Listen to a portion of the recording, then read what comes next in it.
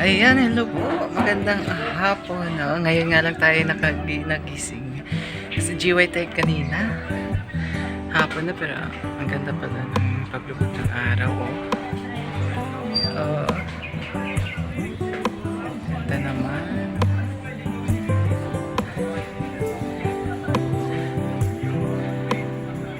Ngayon lang nga tayo nagising at naghahanda na tayo para mamaya na naman pasok.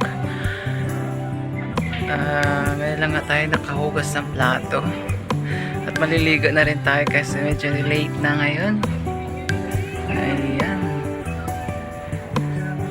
nandito pala tayo ngayon sa dorm. Ang ganda, tingnan, oh. Ganda naman talaga.